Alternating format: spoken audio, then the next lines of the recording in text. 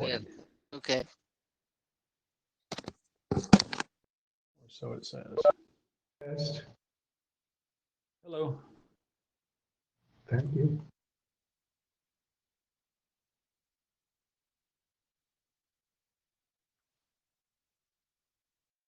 Well, that was fun.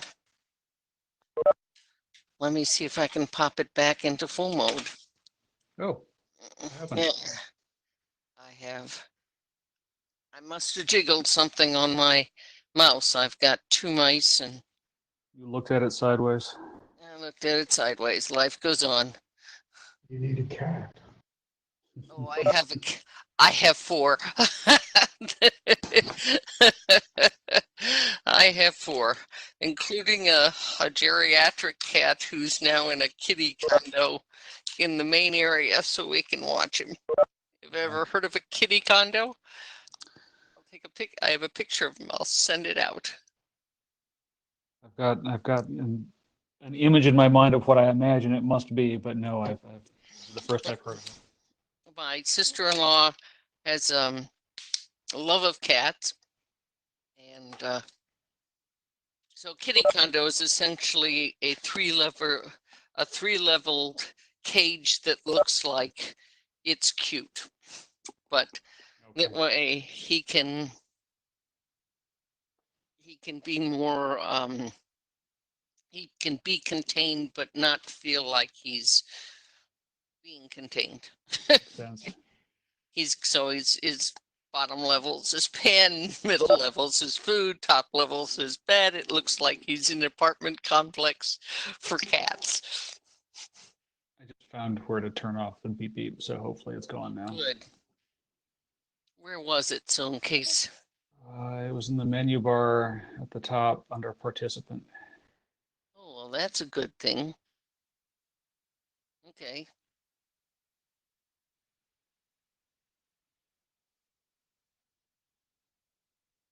You're in the app, not the Pardon? You're in the app, not the browser. Correct.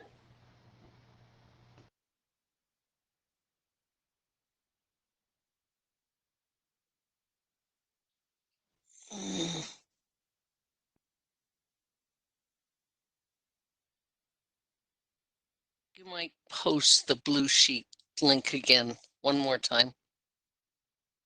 Got it. And I've only got a few. And I've got a lot of people on the thing. Are you in the Jabber room? I am. I see one other person right now, which is Robert. Hi, Robert. Hi, Robert.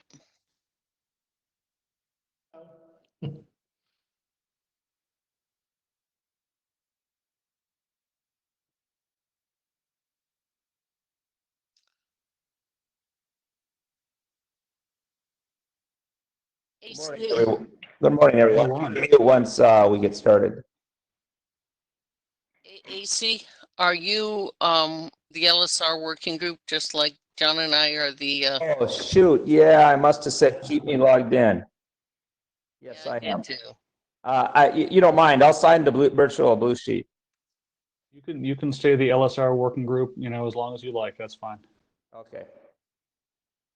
But I mean, unless, if Chris comes along too, you guys are gonna have to fight over it. Actually not. You can you can join the same meeting multiple times with the ID. Yeah, well, in fact, you can see both Sue and I are logged Working in as group. IDR working group, so yeah. The only thing is, if either of us speak, you'll have to know who it is through voice recognition. Oh, I that's think we can hard. work that one out. We can work. Well, let's just ignore that one.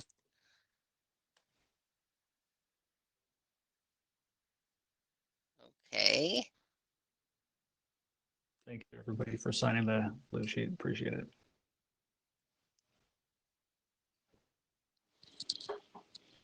Think we should get started, or shall we give it a few more minutes? I guess it's just a minute past the hour.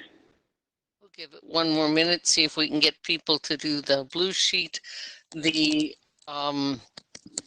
you click, there is also an Etherpad. John, if you'll click the Etherpad in, love to have notes on the Etherpad. Do we have Mahesh here? I was a little bit scared because he said he was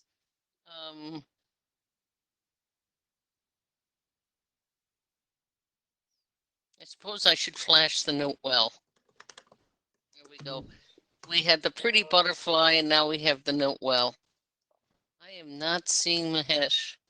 We may have to come back. He thought it was Thursday the 8th, and I thought, no. So we'll give it a, we may go on to Donald. What time zone is he in? He is I in, get- he is in Pacific, so Okay, well, yeah, bit early for him. a bit early, but I was up at his NetConf meeting that started an hour, 2 hours earlier, the app stuff, so come You're on. not getting sympathy from me. Yeah. We've got routing area. Is that you? This is me. I figured it was you. Okay. I have the same bug that I can't log out. Hello, Mr. Routing Area. Good morning. Yeah. A matter of fact, at first I thought you were blowing us off, and then I heard you speak and realized that you were the routing area in the LSR meeting. Yeah, for some reason, WebEx doesn't let me out. Yeah, I had to click around a long time to figure out how to stop being IDR working group. Oh, if you could send me a little note on how to stop being IDR working group. I haven't clicked around enough to work on it. All right, I'll have to figure it out again, but Okay. I'm on twice, once right now, once as me and once as IDR working group, and it's from two different machines. Okay. Well, do you want to do the note well today, and then we'll flop hello, over Mahesh. to there? Glad to see you. Yeah, sure. Let's call this meeting to order or disorder or whatever it is that we're doing. And this is an IETF working group meeting. As such, we're meeting under the usual IETF note well. And you get to see the note well slide and know that it says important things about your contributions and what implications that has for intellectual property, among other things. And I'm not here to be your lawyer or interpret it for you, but I am here to tell you that if you don't already understand it, you should probably go talk to your legal counsel. And whether you've read it or not, you are deemed by lawyers to have read it. So go read this stuff if you haven't already. Done. Good job. Now let's see if I can not make it. Folks, pretty alternate cat slide. This is butterfly slide. We're going to start this morning with Mahesh, who I'm glad to see joined us with the early hour of 6 a.m. if I'm right, Mahesh, you West Coast. Then we'll go through 4 presentations with a little bit of discussion time between after well-known communities and weaponizing BGP using communities. We will start with flow spec for L2 and tunnel traffic that follows on last time's discussion. And then after all of that, Christoph is going to be kind enough to give us a presentation on BGP Extended Community Registry Update. So with that started, we'll pop into Mahesh's presentation. Mahesh, I'm going to run slides, so I'll go on mute and it's all yours. Just tell me when to move it. Can you hear me, guys? You sound great. All right, thanks, John. All right, I just have 2 quick slides to give an update on the BGP Yang model. Next slide, please. So the 08 version of the draft essentially is mostly acting on things we talked about in 106. It focused on just trying to clean up the draft, getting it ready for last call. We have added support for securing the BGP sessions, support for both TCP AO, and MD5. Next slide, please. So coming into this meeting, one of the commitments that we had been working on was trying to see if this model, as it is, works great for machines, but we also wanted to make sure that if anyone wanted to use the model for the show commands and some of the more basic show commands, that the model should be able to support that. And what we have found is that we might need to make a few changes, not because we want to support all the commands in this model itself, meaning we are not going to make augmentations and changes. That's for maybe a separate draft, but we want to at least make sure that the model supports commands like show BGP neighbor, show BGP rib. So to be able to do that, we believe we need to make some changes, and those are the changes that we will make before we ask for a last call on the draft. Questions?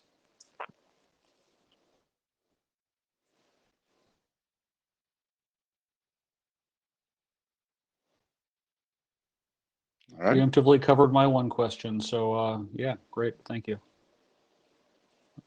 Thanks. Thanks, Mahesh, for that. I'm going to go on to in the next presentation. Donald, again, I'll run slides.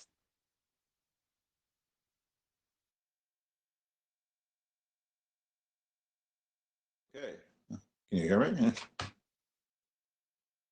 You're coming in loud and clear. Excellent.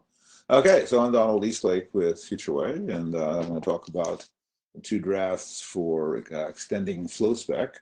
One to cover L2, including L2 inside a VPN, and the other for tunnel traffic. And there's a substantial number of other authors.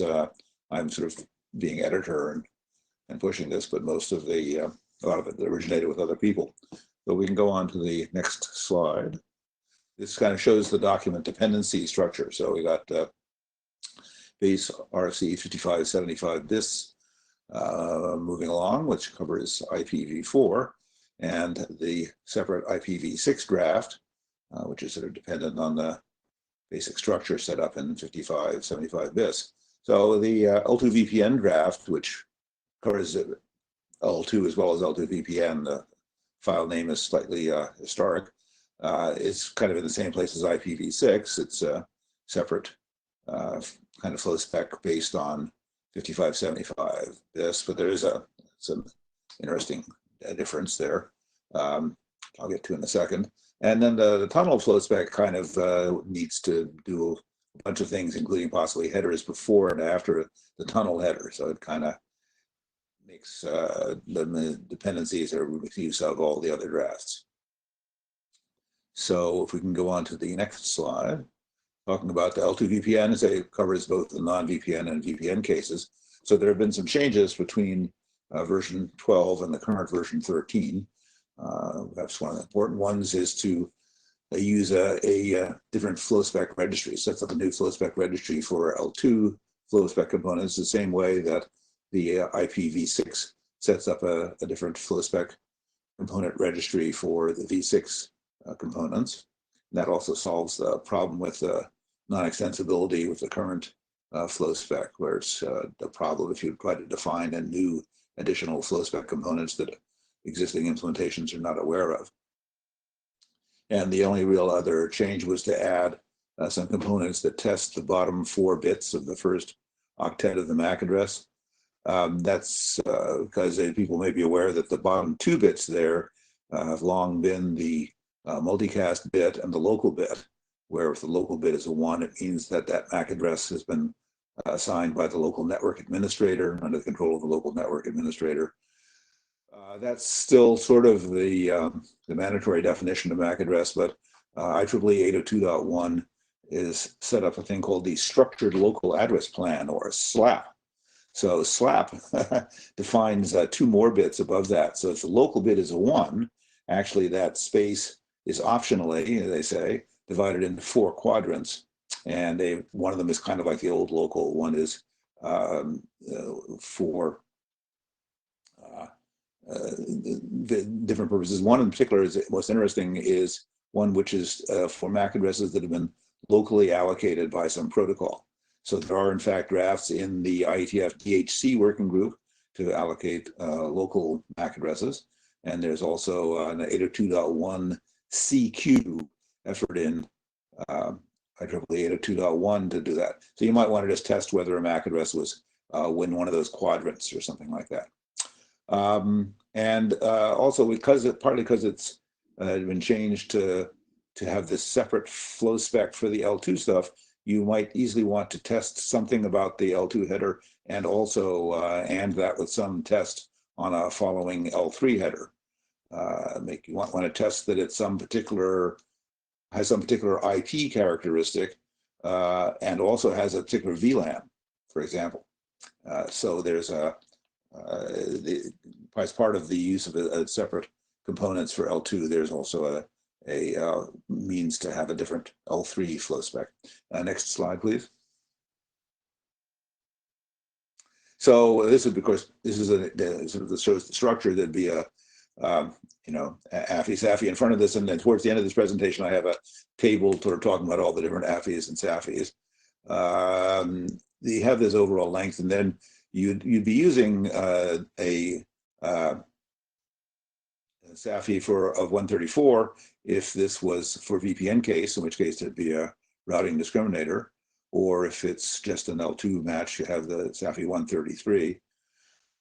And the AFI will be one indicating that it's L2 in the front. So there's a space for an L2 flow spec. Current draft permits that to be null, which means you're not testing the L2 flow spec at all. Exactly why you're using this flow spec designed for L2 if you're not testing L2, who knows, but maybe it was auto-generated or something. At least it allows that to be legal, which seems to be in the spirit of how flow spec is handled. And there is a space to specify, in addition to the overall L2 AFI, a L3 AFI to test the L3 header. It's probably there after the L2 header, and a place for an L2 flow spec.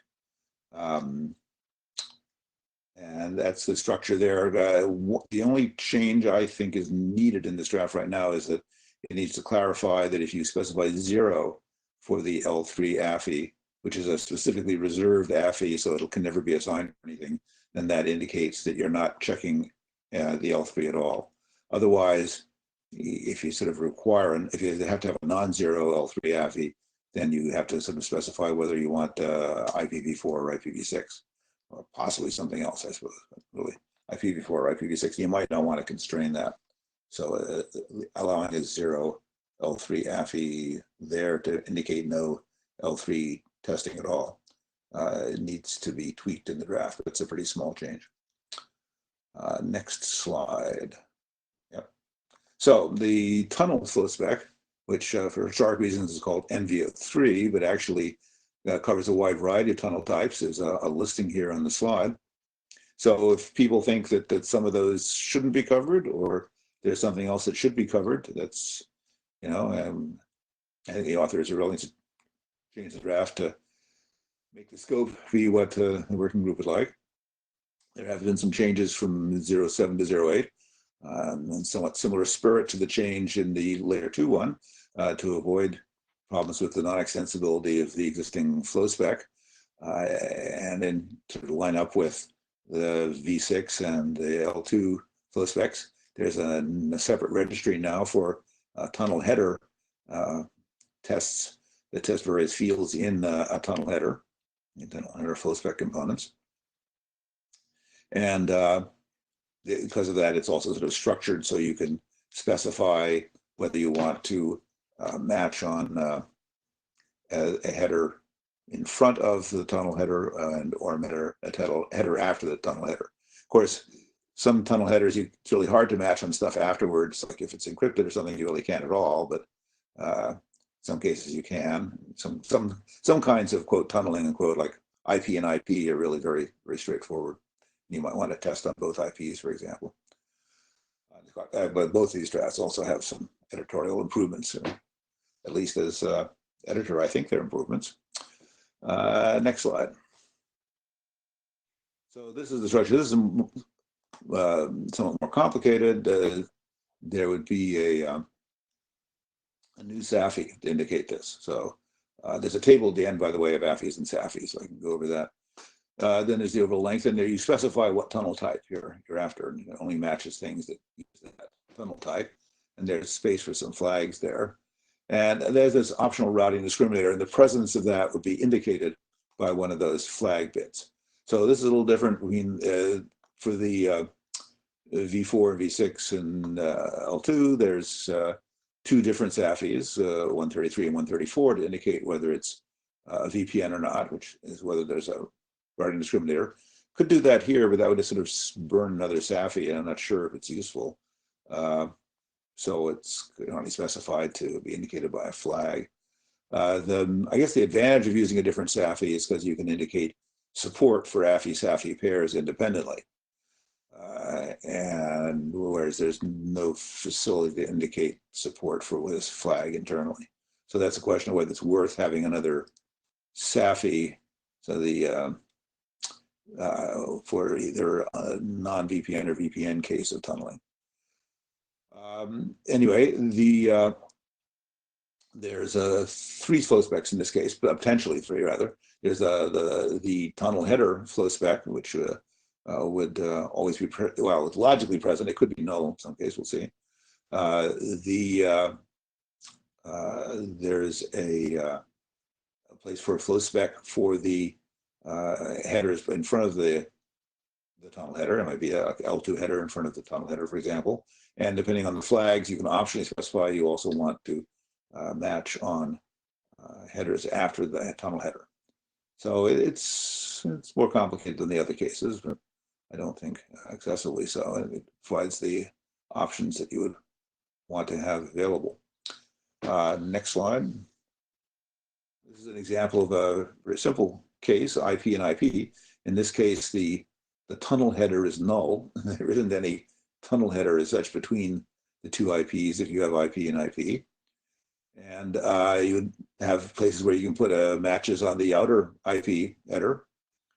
And if you specified L2, you could actually match on the MAC and possibly the tagging there.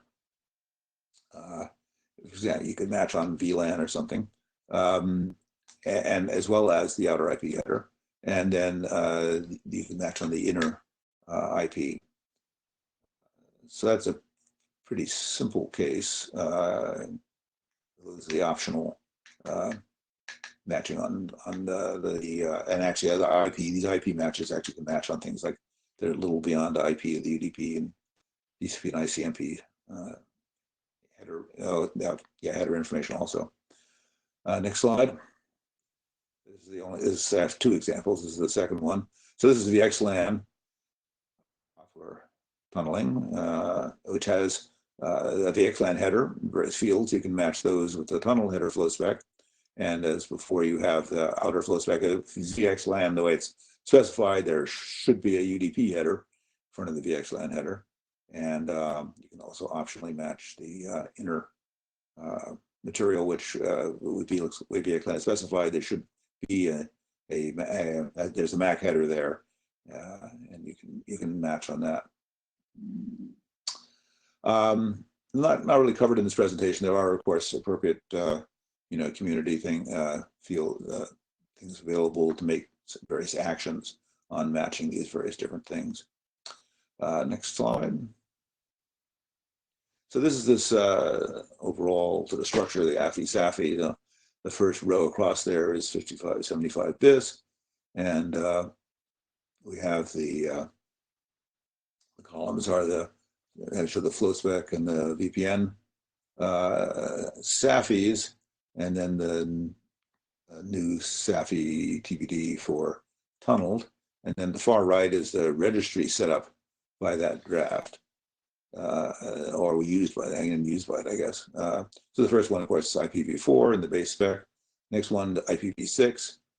This is AFI2, IPv6 flow spec components. The L2 draft, rather, the third row across, has currently AFI equals 6 or 25, depending on whether it's VPN or not. 6 just as it's an Ethernet MAC header. This shows that the inner AFI can be 1 or 2. As I say, that draft needs to be tweaked to allow 0 to, if you don't want to constrain to be IPv4 or IPv6, you want to ignore the inner L3 header completely. Sets up the L2 flow spec component types. And then the last one is the tunneling draft, which can have various AFIs in front and tests various different types of addresses and can have optionally the inner AFI and sets up the tunnel header flow spec component types. So next slide. So what should be next steps, in my opinion? Say they're going to do this minor tweak to the L2 to produce a version 14. And I think at that point, not all claiming the draft is perfect, but I think it's ready for working group last call, which might reveal something interesting, depending on what comments there are. But I think that's in pretty good shape. Flow spec and tunneling draft and flow spec NVO3. I appreciate if people could look at that draft. It may also get tweaked to a 0.9, but it's somewhat more complicated. There may be more wonder cases there, so I think that may need another rev or two before it's ready for working group last call. But hopefully soon it would be ready. So those are my comments, and I'd be interested in any comments or questions that people have.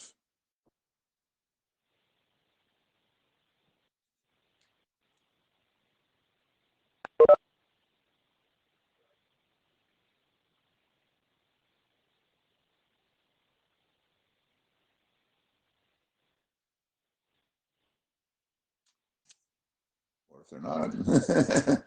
I don't see anybody in the mic queue. I did Okay. see a comment from Jeff Haas saying that as soon as he gets around to it, he plans to review the documents.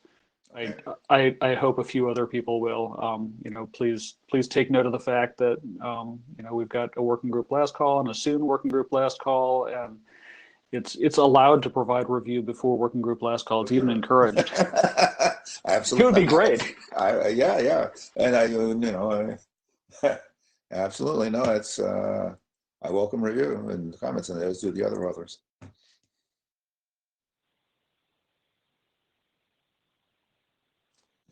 Well, if that's it, I guess. Mine.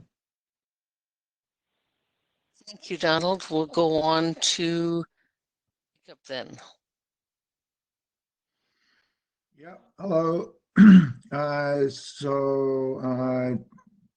There's the authors here. We want to propose a well-known large community. Next slide, please. Okay, as a background, here is the large community. Large community is just like a regular community, but it's 12 bytes long. The first 4 bytes are typically in ASN, and then there's 2 other words of local data part. This is typically used to tell other ASNs how to treat the route, or to tell others about properties of the route that you are sending them. Next slide, please. Large in regular communities, there is well-known communities, and what we want with this one here is to have a well-known community with some data.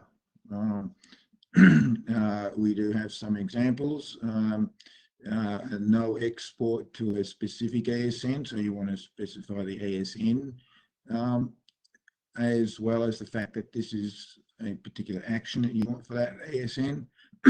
No export from a specific ASN. Excuse me. And another example is the down-only indicator from a specific AN. for route leak detection. That's Sriram's draft, the route leak detection and mitigation draft. Next slide, please. Okay, so here is the encoding. We want to, so now one tricky bit here is that in order to put something into the first word of the large community, we need to make sure that this does not conflict with any other large communities from or used by certain ASs, because in that first word you put an AS number typically. In order to make sure we do not conflict with any existing ASs, we put the first 6 bits there is a bit pattern that causes it to look like a certain range of ASNs. So we need to reserve a range of ASNs just for the use of this, so that it doesn't conflict with any of those ASNs. I have here fixed 6 bits to indicate well-known large community, and this is the range of ASNs that it reserves. That is a small range just below the private ASNs. Next, we have 2 bits of transitivity, which I'll get into on the next slide. That is that. Okay, I'll get into that in the next slide. Then we have 10 octets of well-known community-specific data. That's any data that you want to put in there. Now, the ID, the well-known community ID, is 1 byte long, 1 octet, 8 bits. I've had some comments that this may be a bit short. Now, to make it longer, you can have you can use the data 1 field to split it up into more values as a subtype, if you will. Next slide.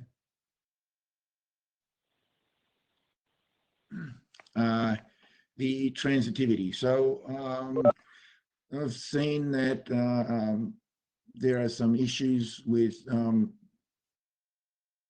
I wanted to make this a bit of a parallel with extended community transitivity. Regular BGP attributes have a transitivity, and that means whether a receiving router will or will not transit the community to the next one if it doesn't understand the community. For extended communities and for this one, transitivity has a different meaning. It means whether to transit the community across an AS boundary. So we have 4 different transitivities. We have transitive, regular old transitive, like it goes everywhere, or non-transitive, it does not go across AS boundaries. Now, the new transitivities that I have here is transitive across throughout a single administrative region only, and not across that administrative region. So that's the picture on the left there. We have ASs 1, 2, and 3, which are part of an administrative region, and AS4, which is not. The way that this would work is that the ones that are not, so between AS3 and AS4, it's just a regular thing. There's no configuration to make it do that. The ones inside the administrative region, like between AS1 and 2, you need a configuration to tell it that those are within the administrative region. You do the configuration on both sides. The second transitivity, the picture on the right, is one-time transit. That means the community, the extended, the large community can transit from one AS to the next one, but not to a subsequent one. So it only does one hop, and the way that's done is that the router software will, as soon as it transits one AS, it will change the transitivity to non-transitive. So that's the way that one would work.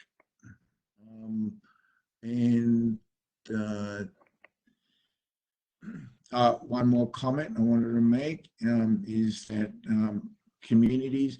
So this, so the community is a transitive path attribute. So as in path attribute transitivity. So anyone that does not understand this scheme here and these transitivities will transit them anyway.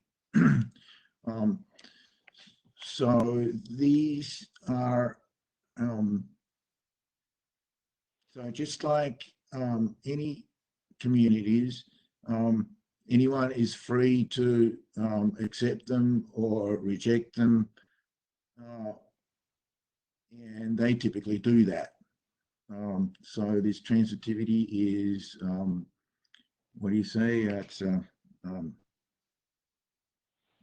It's not a mandatory thing. It's advisory, and as such, those that do understand it will use it in this way, and those who do not will just reject them as normal. Any questions, or Sriram or John want to say anything?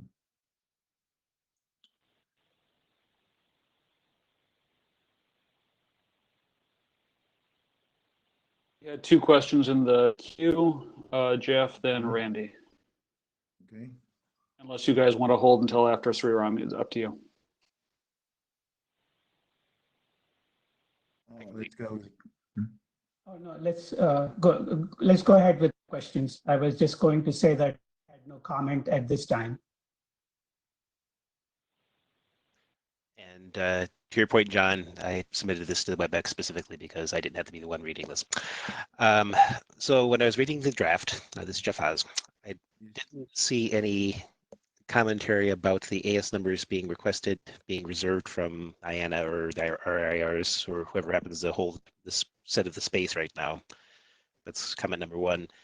Comment number 2, one of the interesting side effects about the way 1997 was put together is it basically used the top AS number that was available at the time and effectively restricted it, because the side effect of the community, using 1997 as an example, of being the all ones, is that that AS number is no longer available to have more generic community done to it. You can't say AS65535:100 and have that mean something generic to that AS number. So the consequences, that AS number fell out of use in pretty much everybody's implementation, sort of restricted magic number. What you're doing is carving out a section of AS numbers sort of in this middle range that's marked by this bit pattern. You've, as a consequence, created a set of AS numbers that now probably should get magic treatment if they are seen routed in the internet. Any commentary on that? Yes. And in the draft, there is an IANA consideration section that requests for that range. Let me see. I may have missed it. Yes, I actually see it's the first paragraph. But the second point. Yeah, you're correct. The IANA consideration section, I did not update that properly. Wait. No, I'm looking at the wrong graph. It's the very first paragraph. I just missed it because I was not awake enough. No, yeah, it is there. in the owner consideration section. And yes, it is requesting a range of AS numbers, which then, as you perfectly say, cannot then be used. Now, as it is, I did look in the IANA to see what ranges were available, and this range is currently unused. There is an extremely large range that is currently unused and will never be used for any ASNs. This range is so big that it's perfectly reasonable to carve out such ranges. So this carves out a range of 1/64th of the available space, which is more than enough for anything. Right. So you've answered my question about the reservation, and your response to my comment about these AS numbers are effectively now magic in global routing. Yes. We'll never need more than 640K anyway. Yeah, 67 million. It's 1/64th of the space. I'm not arguing that. I'm just saying you've now made them special. Yes, I have. This people's global BGP implementations, should they be dropping announcements with those AS numbers as an example? They should be reserved for this purpose. So that's why I'm asking IANA to reserve them. I'm not talking about this number showing up in a community. I'm talking about the AS number that you've carved out showing up in an AS path. Yes. What does the yes mean? It means this becomes a magic number.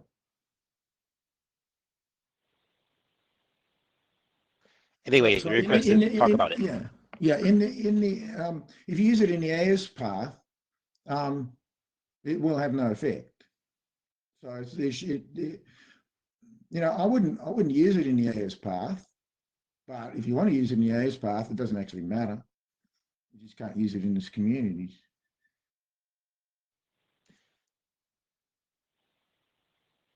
Asking somebody else, John, was my point and intent clear to you? Yeah, I get it. Can I jump in? This is Sriram. Relevant to this part of the conversation, then please go ahead. Yes. So essentially, Jeff is asking if the numbers, effective AS numbers that are part of the well-known large community set, then would you, if AS numbers happen to appear in the AS path, then would you drop the update just like you would drop the update if it were a private AS number that appears in eBGP? I think the answer to that question should be yes. I think Jacob was trying to say yes to that. But is that all that you wanted to ask, Jeff, that whether the answer is yes or no? I think the answer is yes. I think it's stronger than private AS numbers. This is something that BGP implementation should do automatically rather than require special configuration for. Okay, then if that's what you think, then yeah, we could do that. There should be no problem to do. That ends my question.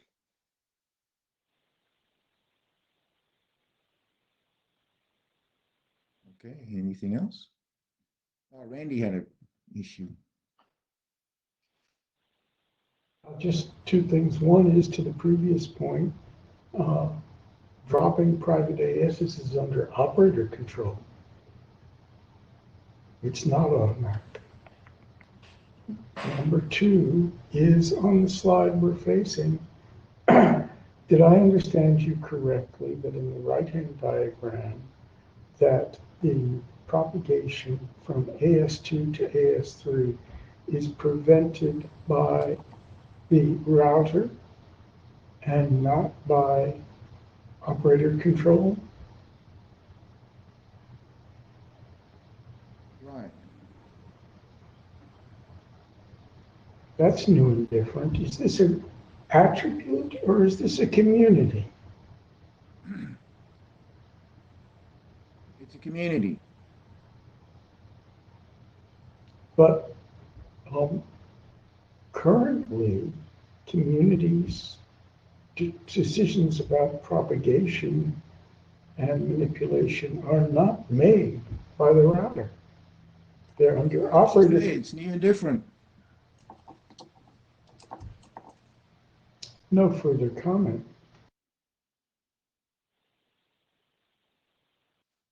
Okay, do you want to respond to that, or shall we take Rudiger's question now? I think I did respond to that. So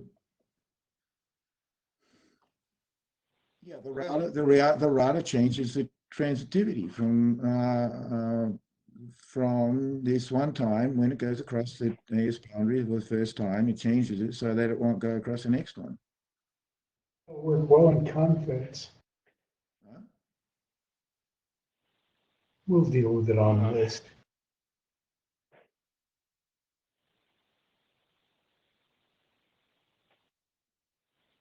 Okay, Rudiger, please.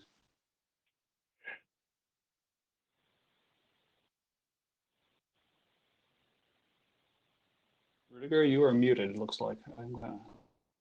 Okay. We hear you. Okay, so no, I'm not. Can you hear you, Rudiger? Yet. You? Yes, we hear you. Okay. We can hear you, but you're very choppy. Fine. Too bad. Yes, the turning a range of AS numbers into magic numbers that actually are supposed to have semantics for the redistribution is something that needs a lot of scrutiny. I would not think that actually something specific is needed for suppressing AS paths with the magic numbers, because, well, everybody could be already filtering AS paths with strange AS numbers and probably should be doing so. The semantics of the magic numbers,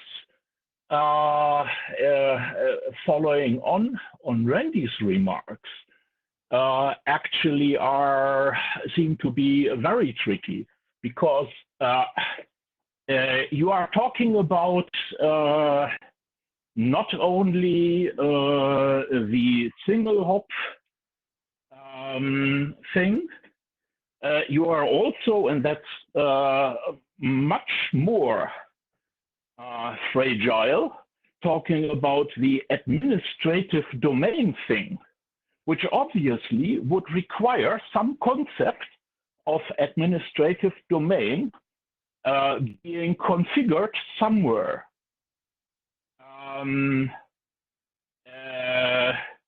And if that configuration is something that has to be done in the policy of each router that's supposed to propagate or not to propagate routes,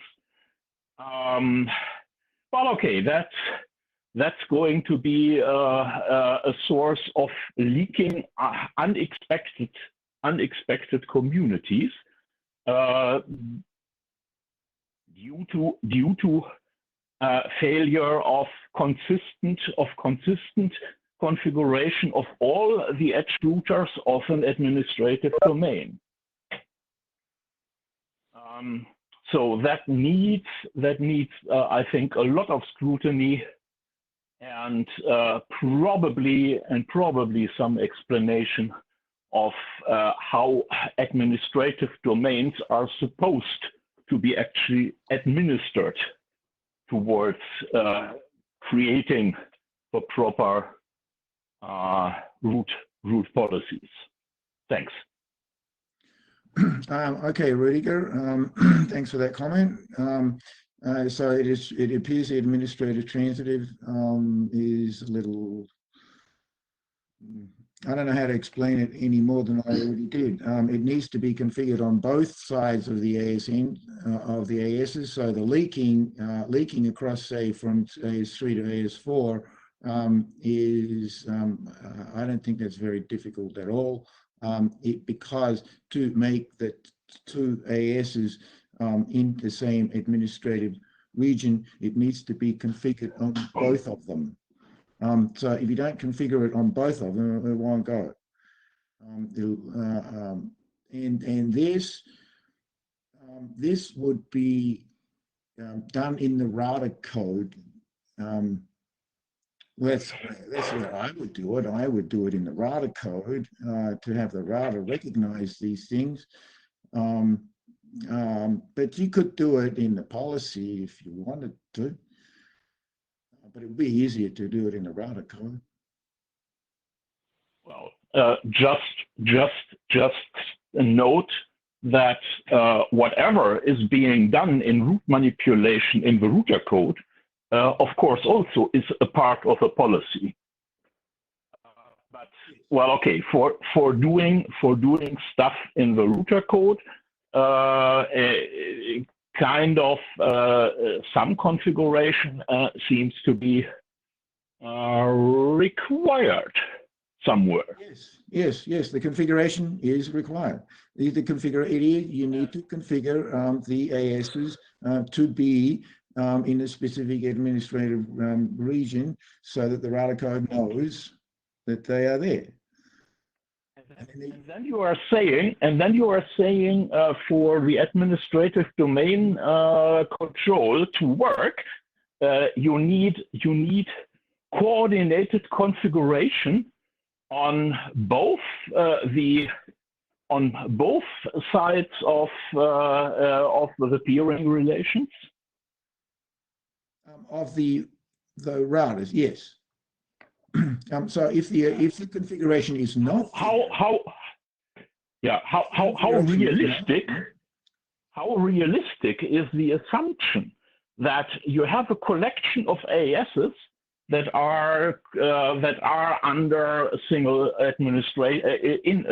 administrative domain and have, well, okay, the full edge consistently outside edge of that administrative domain, have that consistently configured, already is a challenge that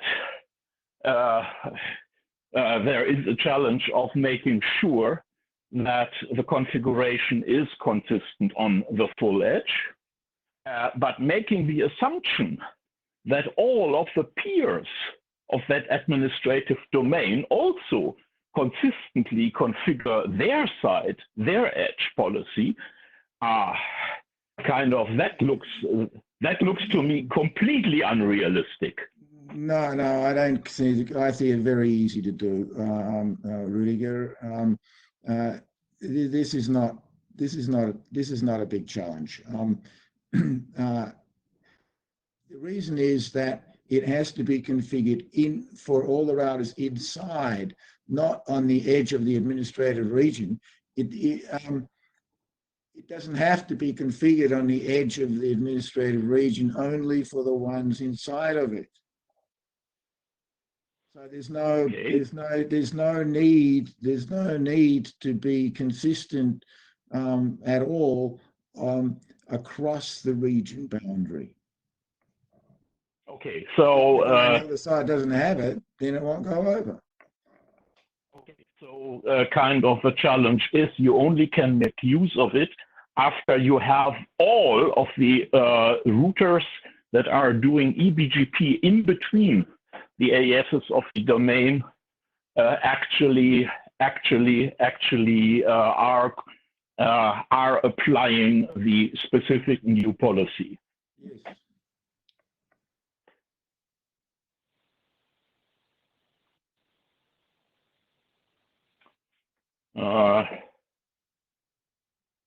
Okay, that's challenging, and for that to work, I certainly wouldn't wait for having all of my vendors delivering the implementation in router code.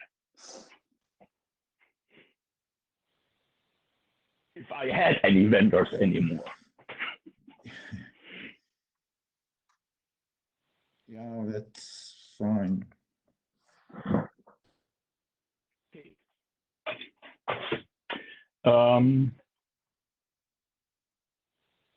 Yeah. Okay, You I'm had a done. first question too, which I forgot what it was. Well, okay, I just commented that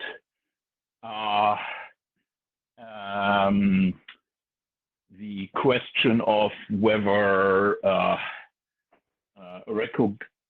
well, okay, for implementing the magic semantic of the used range with regards to transitivity, quite obviously is something that probably could want support from specific router functions to identify the magic number range. For the question of how to deal with AS path attributes that include the magic numbers, my comment was, well, okay, I don't think we need to deal with that, because in the long run, I would expect that serious networks will actually filter out recognized bad AS numbers showing up in the AS paths. For example, also to avoid potentially interesting effects of people using strange ROAs for Martian AS numbers. So the IANA website does have the ranges of ASs that are to be allocated, that are ready to be used for anybody who wants to get a new ASN. Those ranges are there, and then there's the unused ranges, and so I've picked an unused range that is not there to be allocated for people that want an ASN number. So and there is the NRO delegated extended registry that actually also can be used to identify the AS numbers that have been delegated by IANA to the rears, but are marked as not yet to be, or not anymore being used for anything by the RIRs. And actually, I presented a little bit of statistics about that at one of the previous IDR CIDR ops sessions. okay, so to summarize that one, you said that the range is, if any one of these magic numbers appears in an AS path, that it would not cause a problem. So there's well, no okay. really in the range. Well, okay. You define actually a range, of course. Yes. To be assigned by IANA for this use as magic numbers, and well, okay, I would not see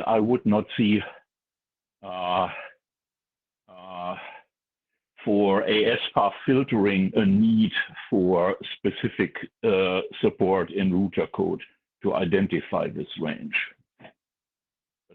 Kind of. I think I think that's second order interest. The interesting thing is the loading of magic numbers with semantics. And that's what I'm asking. Yeah. I think it's useful. I think it's useful to do that. Okay. It kind of, I guess there will be a little bit more extended discussion on that. But okay, I'm done for now. For now. Thanks, Rudy. So I'm going to relay a message for Jay Borkenhagen, who's having problems with his mic. He says, friendly reminder from RFC 8642. 5, note for those writing RFCs for new community-like attributes. When establishing new attributes similar to those in RFC 1997, large communities, wide communities, etc., RFC authors should state explicitly how the new attribute is to be handled. And then in parentheses, handled means manipulated by policy. End of comment. I'm sorry, what was the RFC number? 8642. 8642.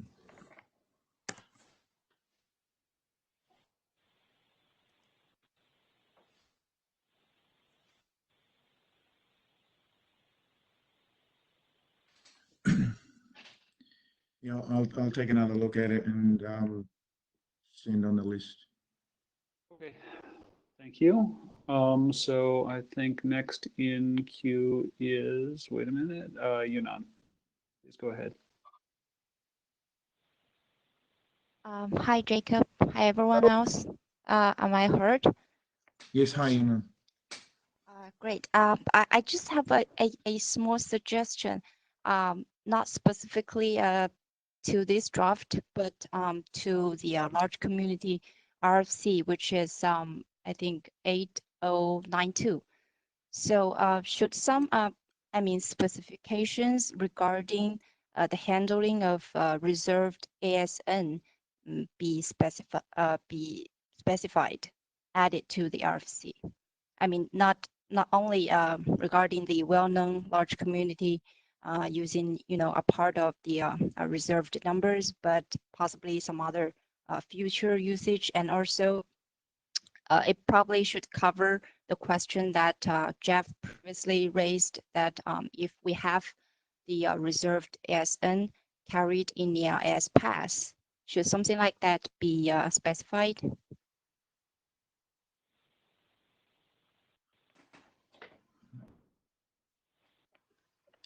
I'm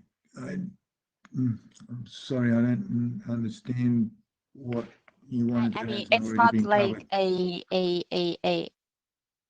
a suggestion specifically towards your draft, but I think maybe some updates to RFC 8092 should include some,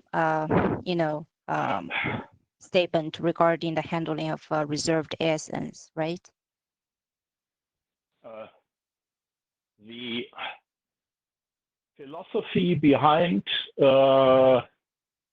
creating and using the large communities actually was to use the 96 bits that we have in the large communities is free of semantics for everybody. And Jacob's suggestion of creating number ranges with magic number ranges with semantics is kind of a fundamental change of what the large community definition is right now. I mean, if we're going to use this special range of ASN, we should at least specify them in the RFC, right? If we're not, then that's never mind. Yes, I have asked for a range in the draft to be reserved for this purpose.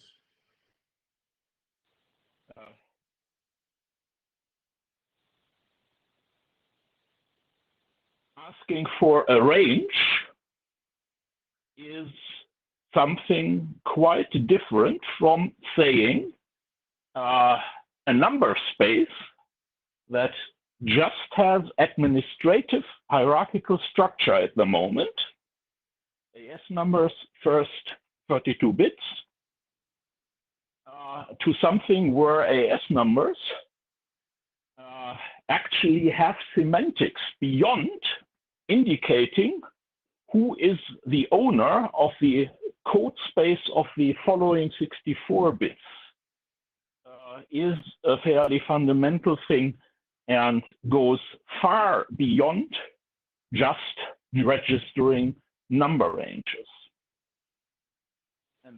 And that has repercussions or should have repercussions for the basic large communities. Yes, Rudiger, you've already said that, and yes, that is what I'm asking. So I do agree with you. Now, actual repercussions, in my opinion, are pretty much nothing, actually, Rudiger, because that range is not used currently. So I'm not taking that, and there's nothing fundamental about it either. I think the pointer that Jay offered is essentially pointing at this kind of problem, and I could very much imagine a system where we do not need to do this kind of introduction of magic for a number range. But obviously explaining that is far beyond a voice explanation in this conference call.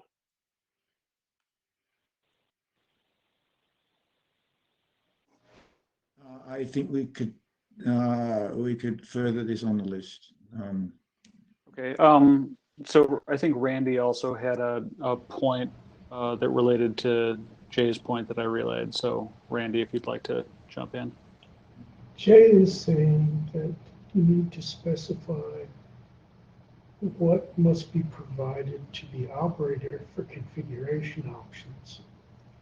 But in general, this proposal needs to, you have to say what the operator controls, what the router does by vendor hard code, if you have magic numbers and those magic numbers look like AS numbers, what happens in the AS path, what happens in allocation, so on and so forth. And that stuff has to be really clear and really enumerated and has to work together and has to be each together and each individually has to be understood in incremental deployment. And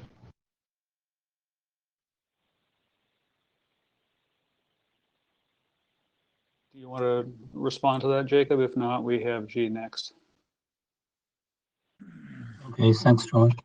Yeah, I will read that one again and take it to the list. Yeah, answer to this on the list. Okay, thanks. Go ahead, Jake. Okay. My first comment is similar to what raised by Jeff and Randy about whether this ASS, when the AS numbers appears in the AS path or in other situations not in this large community, is that allowed or not? I think this should be clarified in the document. If yes, you, I did say, well, this was asked previously also by Jeff and Rudiger, and I will add that to the draft. In the AS path, I don't think it matters whether you use it in the AS path, but I will put that into the draft. okay. The second comment is basically I agree with what Rudiger mentioned. I think this is maybe some bigger change than just reserving some range of the numbers, because the new encoding looks more similar to the like a structure format like extended community rather than the existing large community. So maybe Well, I if you'd think you like are to bring, introducing some this kind of change. can you bring to the list the exact problem that this would cause? Because just saying, oh, this is a fundamental change is not actionable. You need to bring an actual problem that this is going to cause, and then we can fix it. Okay, we can have further discussion on the list. Yes. And another one, maybe more generic comment is whether maybe we should revisit the design methodology of the current existing communities, like a traditional community, extended community, a wider community, and a large community, to compare what are the pros and cons of each mechanism. So when we extend this one or another one, we can make it both extensible and also its behavior clear, not only for length extension, but also the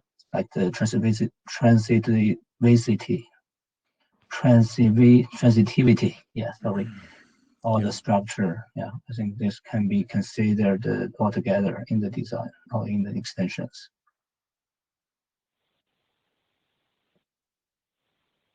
Okay, that's all from my comments.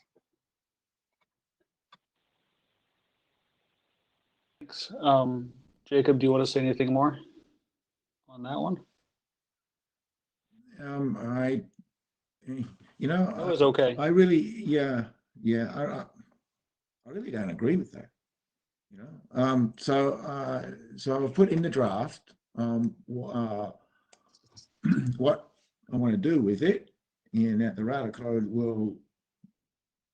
I guess I haven't been clear as what part the router code does and what part the policy does, but I could try to clear that up, but I'm not sure that anything else is needed actually. Okay, Sriram, you're next. Yeah, okay. So, this is Sriram. I have a little higher level question actually for the chairs, John and Sue.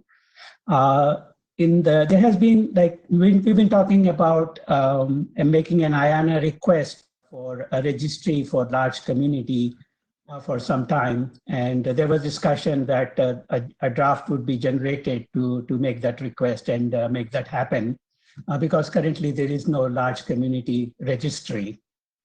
So it's like, would that still, I was thinking maybe this draft can be fast tracked, but maybe that's not the case. Perhaps would you say that we still need a separate draft to IANA to make that request for the large community registry? Yes. So I was actually planning to speak to that a little later in the sequence here, but no, let me take it now. So if I don't clearly remember that previous discussion, but I assume that part of our problem with creating a registry is that until you have a space to register under, in other words, the concept of a well-known community, there ain't nothing to register.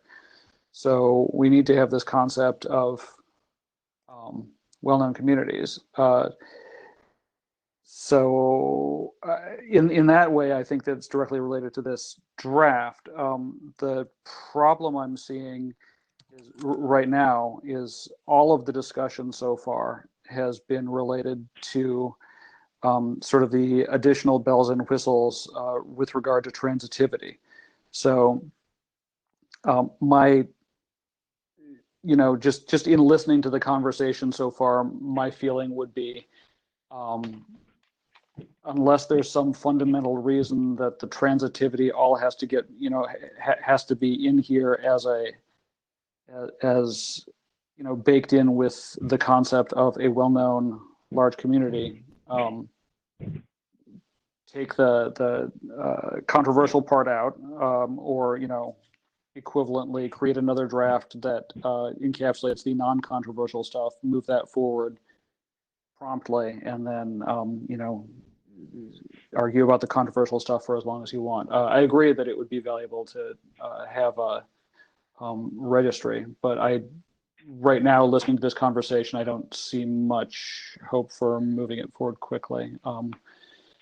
So I reserve the right to change my mind since I came up with all of that on the fly. So I see a bunch of people wanting to join on this topic. Jeff, you're next. All right, this is Jeff. To Sriram's point about his specific application and his concern that he's sort of stuck until this has been answered, one possibility is to consider encodings that use a single registered AS number for the application, as long as things can be done in there. If that's the case, then all that's really needed for that application, somewhat similar to how the AS4 path stuff ended up working, is to reserve an AS number, a single AS number, from one of the registries to do that. So you don't necessarily need to gate things on some more generalized feature for one specific application. You can simply carve out a specific AS number. Where this runs into a little bit of headache is a same set of headache that the 4-byte AS number stuff did for the magic number AS1234. You now have routers that need to do something special with the new magic numbers. And that's sort of the general complaint about any proposal that's leveraging these namespaces that are already set up for AS numbers. You're carving out something that's a piece of signaling information. Jacob's point and others' point about this being a very large namespace means that's not as tragic as it otherwise could be. So it does cause you to have to worry about things like, do you filter these AS numbers, etc. But it does mean that you can move forward without necessarily a more general solution.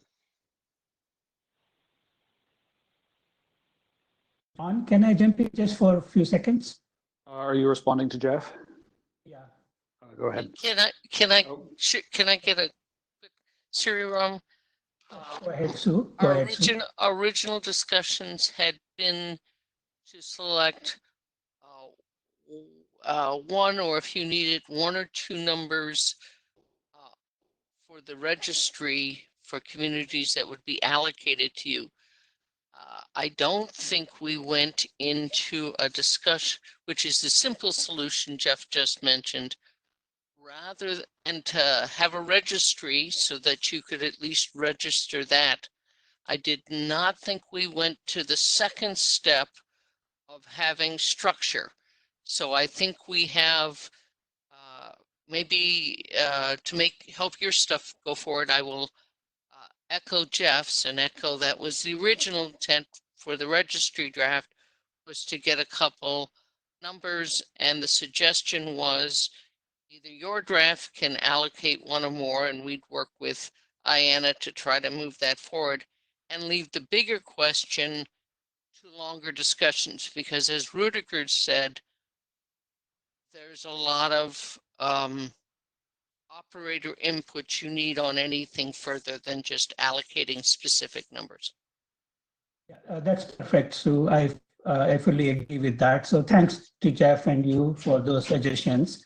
One quick question I have is large community considered to be transitive by the current definition? Because we need, in route leaks, we need it to be transitive.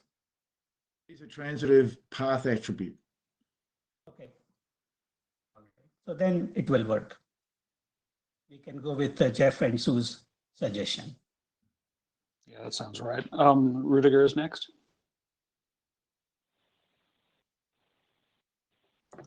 Rudiger, are you there? Rudiger is muted. No. Okay, here, I guess now I'm heard. Yes, I very much agree with Sue's point.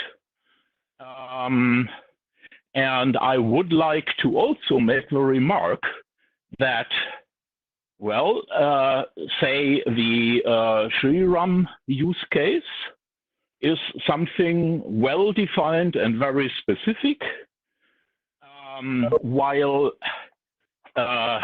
Jacob's draft seems not to explain what kind of use the well-known communities will actually have and what implications of defining such well-known communities will have with regard to getting support in the router implementations or in the policy definitions done by the operators. Going for one or a few AS numbers for specific use does not really have that problem, because each specific use will be considered on its own merits. And well, okay. I think we have one or two cases where such use is merited. So thanks. Okay, this is a framework here. What I'm proposing is a framework in which to put these specific uses. So yeah. So, what? You would need to add to the framework for being useful also the semantic boundaries of the use cases. What does that mean? That would mean, like the original well-known communities said, every router who sees a well-known community has to act in a certain way.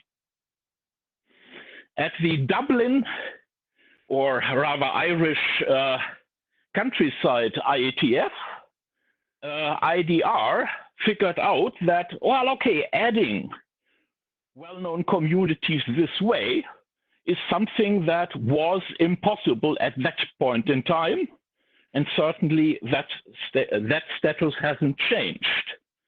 Over the past decade, a couple of additional well-known communities have been defined, but obviously not with the semantics of every router who sees these communities has to actually act on them. At least the definition whether the allowed semantics of use of Jacob's large communities, whether it is supposed to be the old-time well-known community or the more recently used one, or something else, quite certainly would need to be explained. So I'm doing something equivalent to, if you want to make a parallel to the irregular communities, I am reserving like the 65535 number, but this actually being a range to carve out the 65535, the equivalent of the 65535, in which you can then specify new well-known communities that have a specific behavior. But this one is not proposing any specific well-known large communities. It is a framework within which you can then specify. Yeah, kind of following your proposal, you would actually need to make that explicit and probably work out the consequences of the point that Jay was bringing in. But now I think I am done for now again. For each new one, so an example would be the black hole community that was recently added as a well-known community. What to do with that? So what do we do with the black hole community that still has to be treated in the policy? The RADA doesn't actually do anything with the black hole community. It has to be recognized, and it has to be programmed in the policy, not in the RADA code in that particular case. So I'm not asking, so in my draft, I'm not asking for any specific well-known large communities.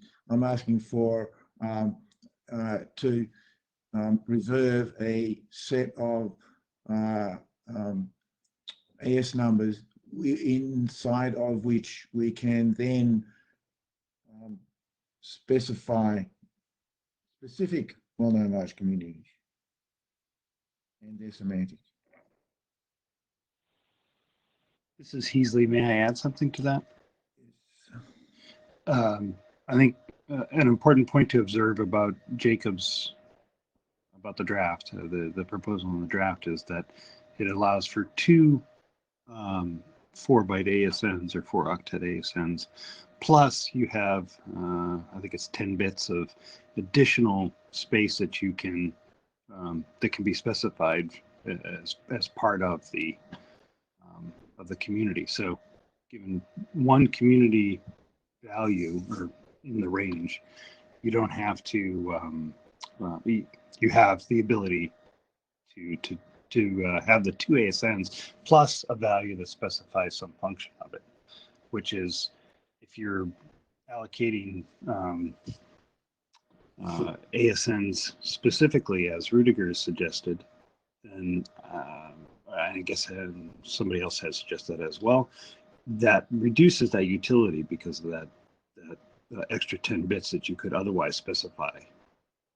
And I don't think I expressed that all that well, but I guess to sum that up, you're reducing the namespace that you have by I think adopting that other Rudiger's suggestion.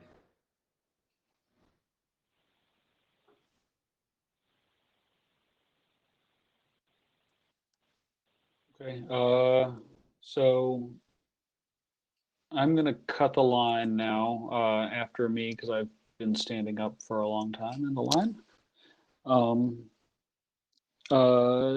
So now putting on my individual contributor hat,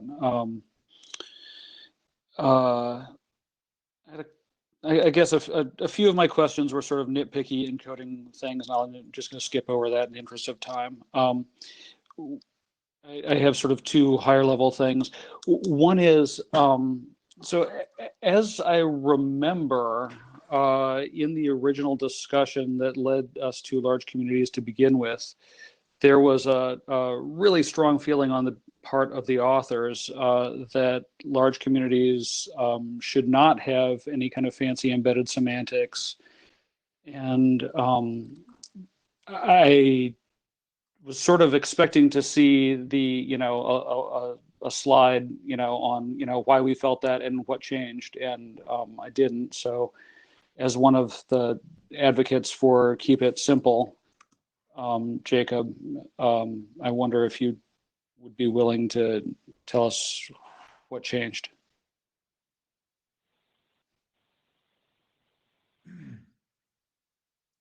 It's not intended as like a gotcha question. I just, sorry, go ahead. Yeah, why do we want it now and didn't want it before? Well, John and Sriram came up with uses where they wanted to add an ASN to a community. Well, it could have been done with an attribute, but if we have communities, so this seems like an easy way to get it done. Okay. And perhaps we should have foreseen the need for such structure in the large community back then, but we didn't. So now we do. Okay, water under the bridge. And then the second point is, I guess to kind of repeat what some other people have said, is the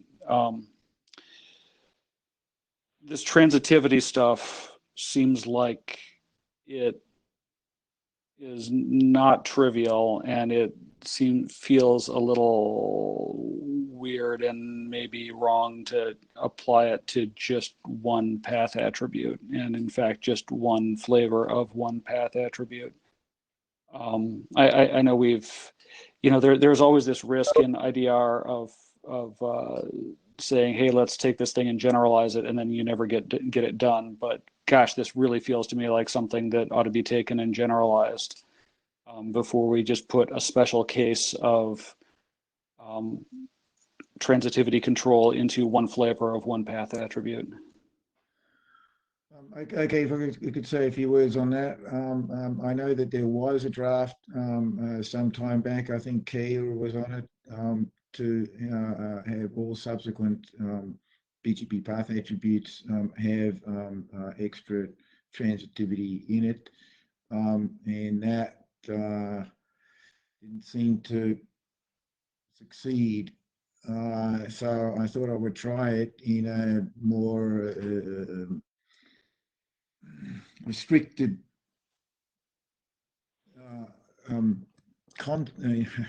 in a restricted part, so that it doesn't have to affect every path attribute.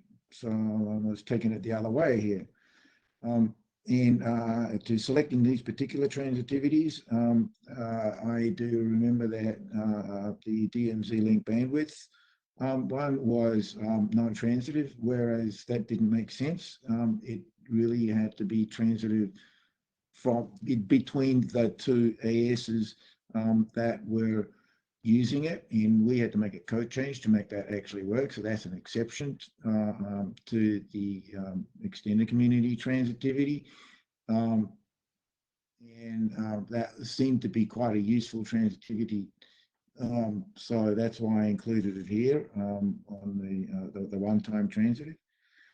In the administration transitive, the reason I put that one in was because there are there's quite a few operators that have multiple ASs, and yeah, I remember there was one that wanted to put the local preference across between ASs, and several other attributes they wanted to put across ASs because they all had different ASs, but one operator had multiple ASs and they wanted to put lots of things over them, and so that's why I thought that one was a particularly useful transitivity to have. Yeah, Keir's draft back then had no, I don't quite remember all of it, but it had something to do with confederations as well. Right. Okay. So sticking my chair hat back on, co-chair hat back on, I think that we're out of time here. So the thing I can predict is a active discussion on the list. There was a bunch of stuff in the Jabber room too that I thought I was going to relay to the mic, and we're just out of time. So I would suggest going back and reviewing that too later. Okay, thank you. And let's have our next person.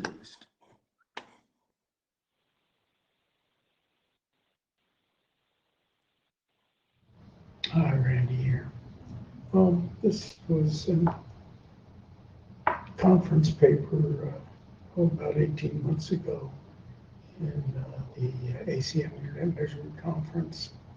And the grad students did all the heavy lifting next.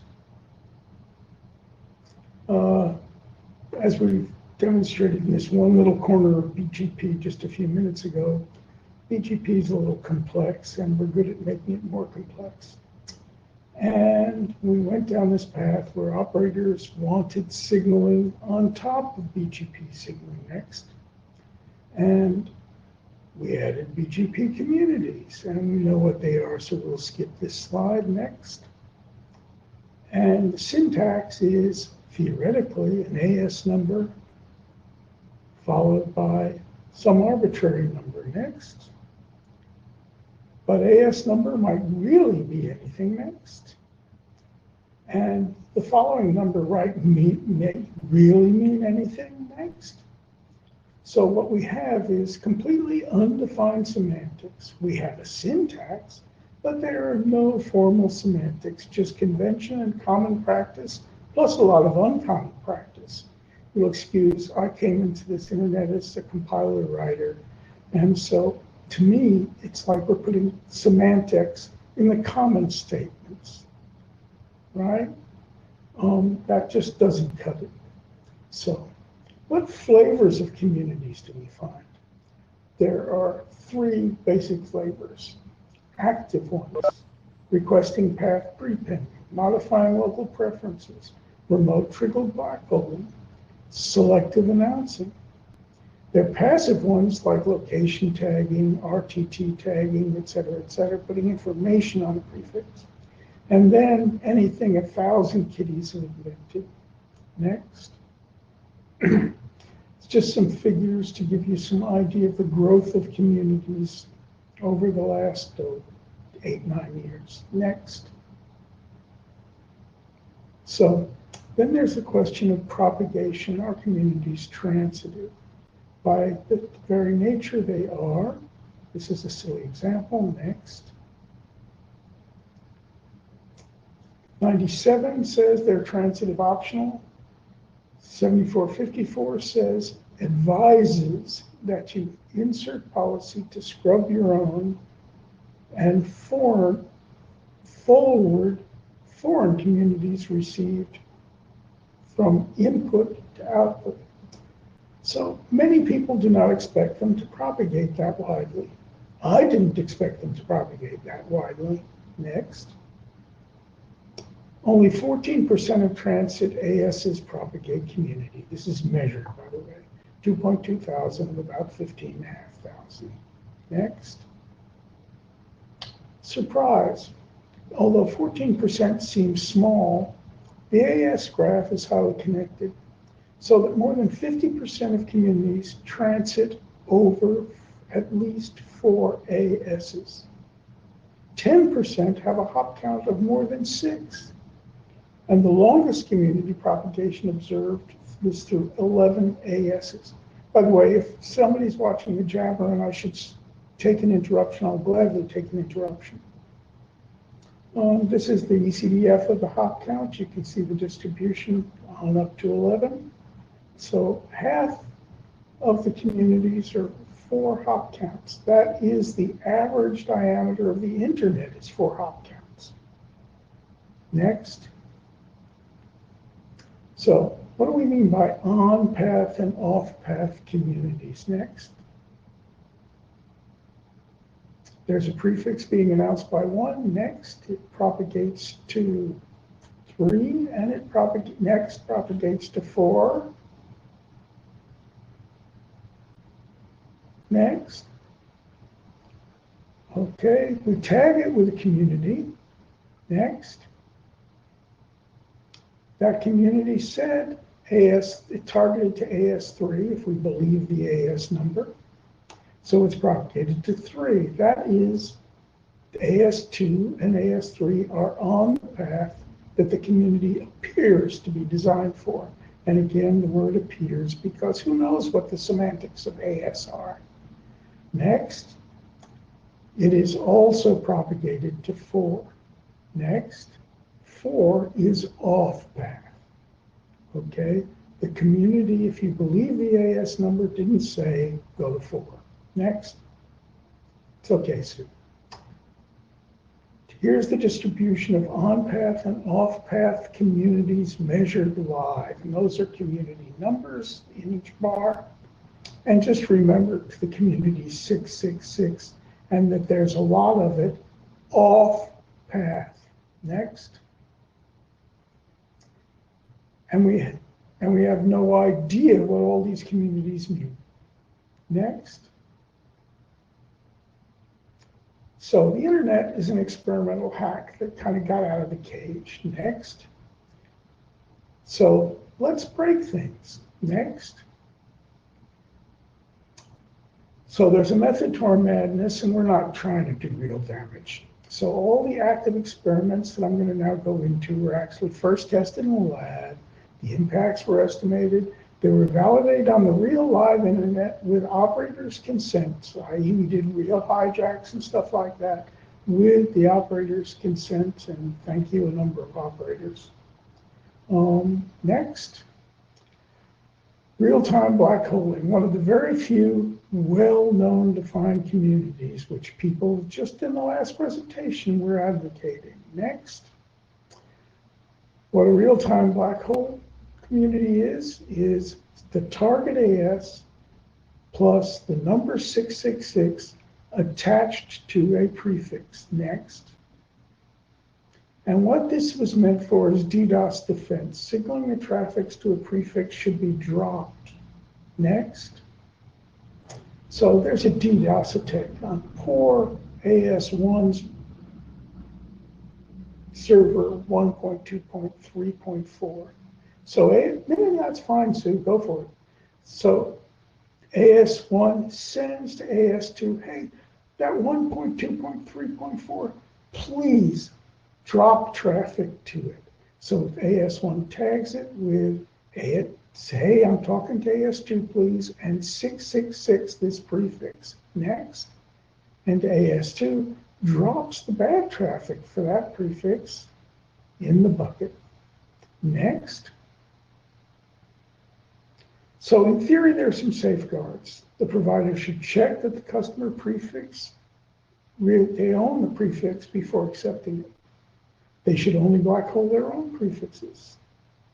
The receiver should have different policies for customers and peers. Should a peer be able to tell me to drop something? On receiving it, do not propagate it, is the advice. Next. All of which looks cool, except it's a major attack vector. Next. The attack's pretty obvious. The attacker is ASZ, which, we see everybody sending nice traffic towards the victim in AS1. Good traffic, there's no DOS attack. Z announces 1.2.3.4 to AS2 with a community black hole for 1, 2, 3, 4. Good traffic to AS1 is dropped. Next, and next again. He's very happy. The attack works well. It works from a distance and is hard to spot. Triggering is possible because black hole prefix is more specific. You notice it was a /32, so it's accepted via exception. Providers check the black hole community before prefix filters because there was a bug in an analog recipe, and that is propagated through configurations all over the internet. But basically, there is no validation for the origin of the community tag, right? There is no authentication. It is an active signal with no authentication. Next. So remember that little one? It's happening off path all over the place. Next. Another attack, traffic steering. AS1 originates a prefix towards 2 with the path 1, 2 passes into 3 with the path 2, 1, etc., etc. We see all the paths. Next, 7 is going to choose the bottom because that's the shorter AS path. we're going to assume just path length and not go into the 93 other tie-breaking options. Next, we see the data trundling along next and heads towards 1, and we're happy. Next, we have an attacker. He wants that traffic. So he colludes with AS2 to tag the prefix with a signal to 6 to prepend. 6 prepends towards 7. Now what does 7 decide? Next, the shorter path is by 5. And the traffic goes that way, and our evil friend gets the traffic. Now, the evil friend just siphons off the money. He doesn't take everything, and the traffic next goes merrily on its way. Next, yeah. Is that realistic? I mean, can that really happen? Unfortunately, yes. Next, it was seen in the wild. Dime captured multiple instances, making use of communities to shape route propagation, although the most prominent ones also changed the origin, which gave it away. So this isn't theory. This is happening in the wild. Next.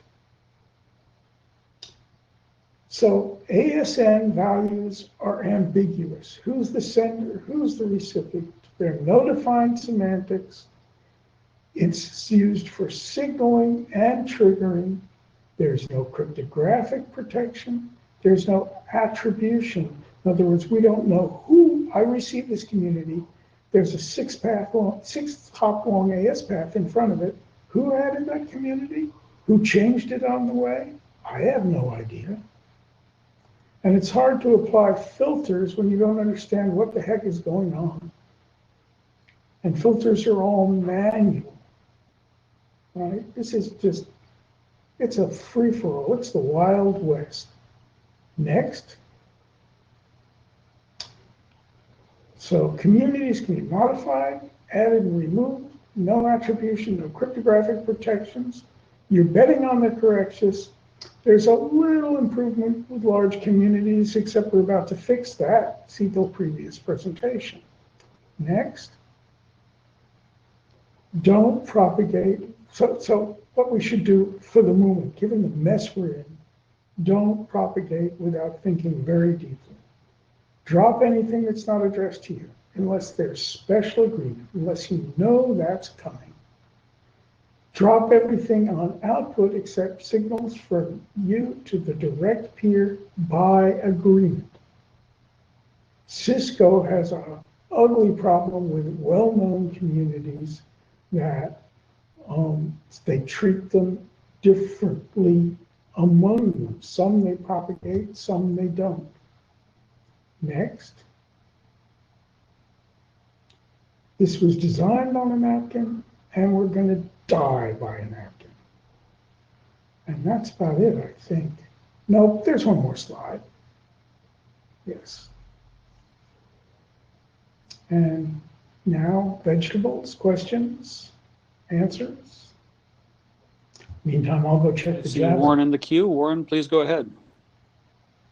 Warren Kumari, Google. Could we go back to slide 29? But due to expansion of animations, the slide numbers don't match in the lower right corner. Okay, this one will do. So, I mean, I agree that this is a bad issue.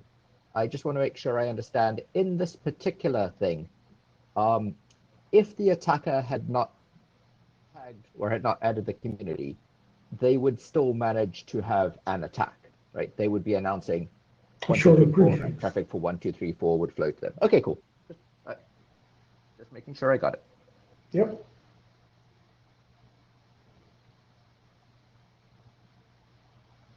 Any other questions, comments? I'll relay one from the Peanut Gallery, which from Tony P. where he said, well, you give folks an unlimited crayon box, what do you expect? Interesting presentation, which I agree with. Interesting presentation, thank you. So let me chime with something more productive, maybe that my peanut gallery. It's a super presentation, and if people do what Randy suggests, which is basically killing unlimited transitivity of the whole thing, that maybe it will become cheaper for folks to go, AS to AS and pass those things or negotiate those things rather than basically abuse things in between to pass stuff through that is intended at signaling point to point.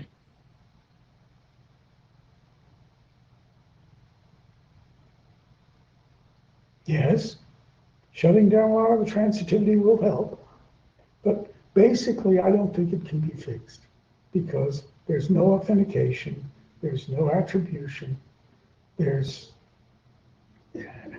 it's just garbage thrown in the air. Just napkins. So cutting down the airflow will help, but it doesn't change that it's garbage.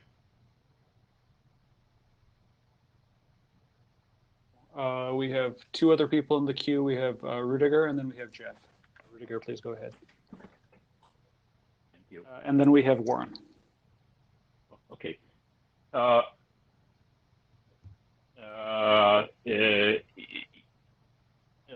One thing in some part, Randy, you were saying, well, we have all these communities and we do not know the semantics. My guess is actually getting to a situation where we can have formal semantics documentation for everything that's floating around seems to be unrealistic, at least for a couple of years.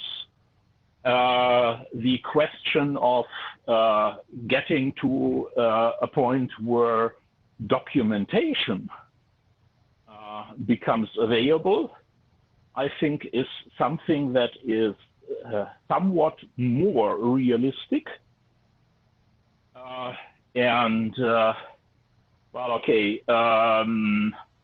Going into details how that can be done and how that might be even done in a way so that the metric bit strings are a little bit transformed into something that is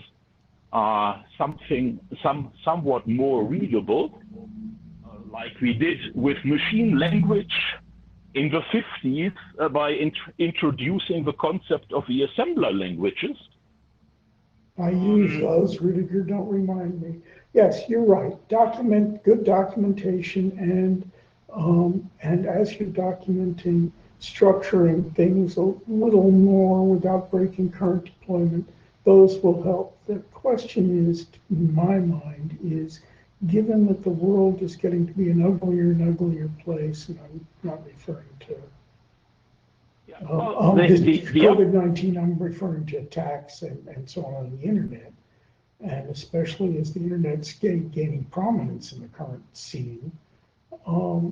So the heat is going to get greater, and throwing documentation at it improves things. I don't think it improves it enough. Yeah. At some IETF discussions, I started to make remarks about the need for hygiene, which in the current situation kind of comes also to mind.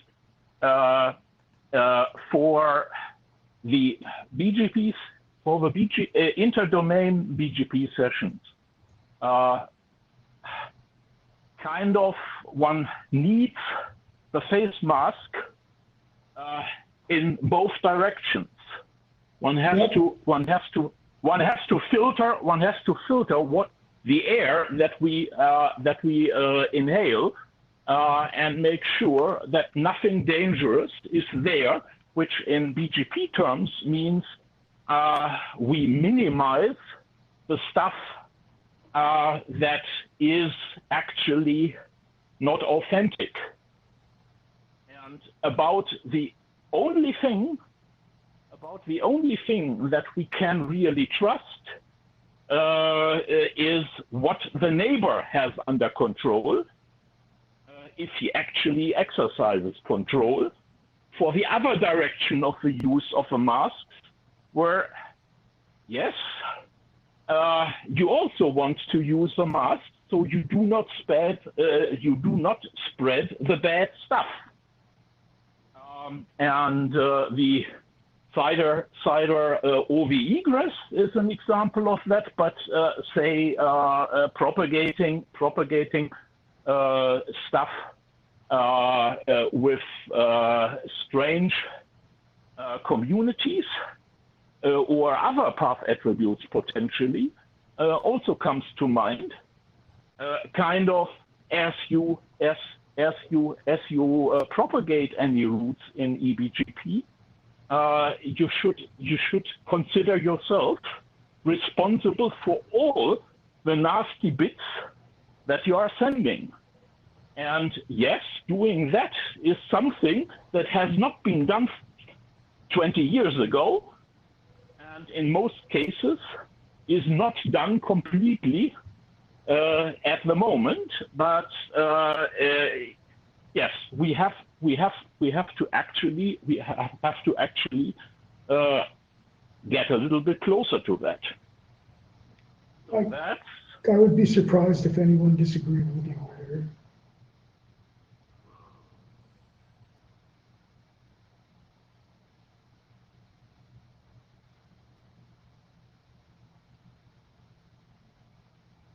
Okay, let's.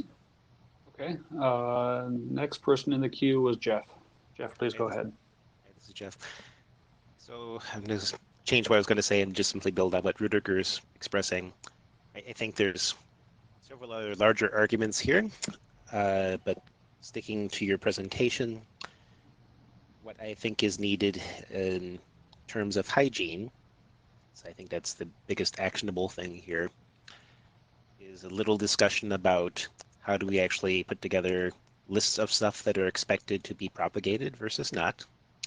This is partially relevant because several service providers are extremely strong about their scrubbing of communities and don't necessarily let things through that aren't theirs. They're effectively non-transitive by their policy design. Whereas your observations are a lot of people are very lazy about their policy design for various reasons.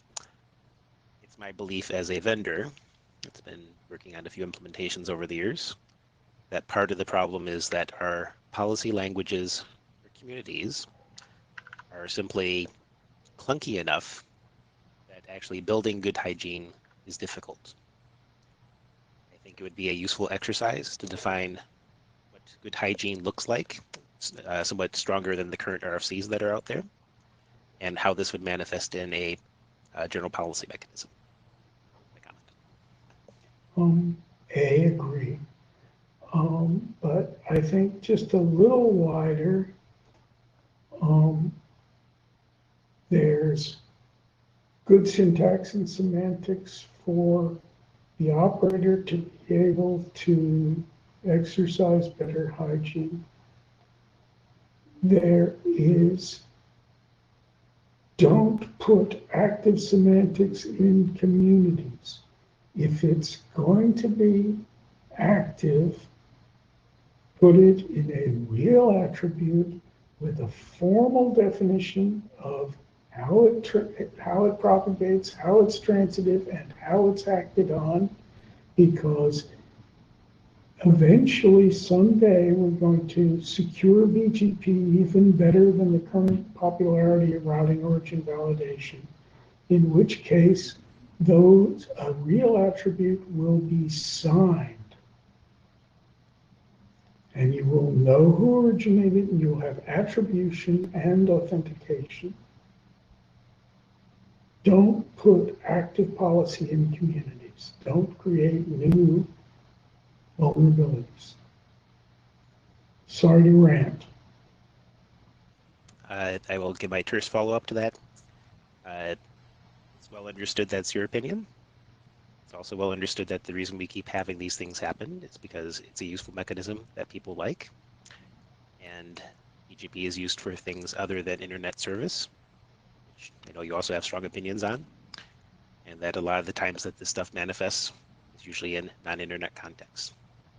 So please remember to include the different contexts when you decide to work on the signing discussions, for what your next system is. I think you overstate my opinions.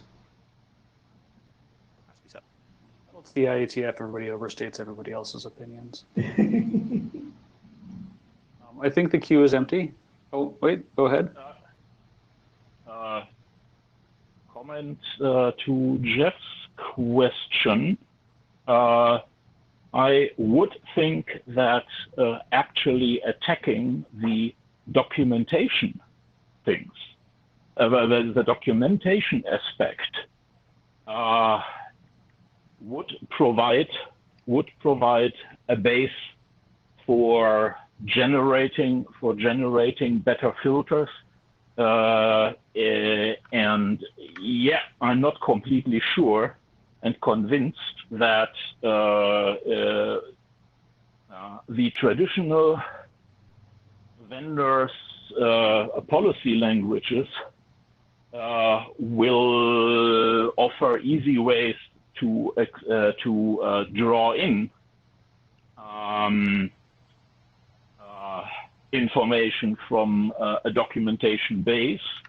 I would expect that it is far more realistic to assume that based on documentation that you...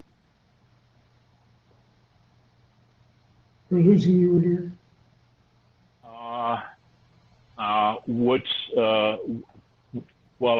Could be done fairly easily by generating traditional language. The documentation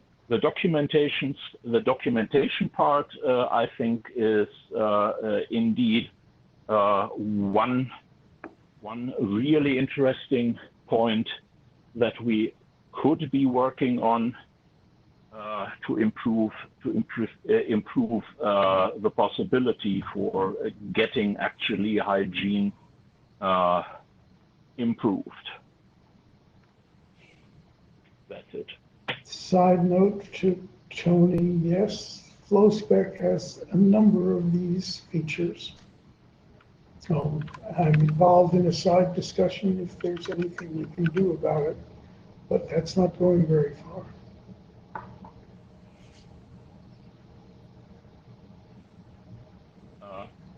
Randy, if you were answering me, I did not understand anything. No. I said, yes, you're correct. Documentation. My only objection is I'm the one who ends up having to write too much of it. Warren, you're up. I think Warren sat back down, but go ahead, Warren. He stood up again. Yeah, Warren stood up again.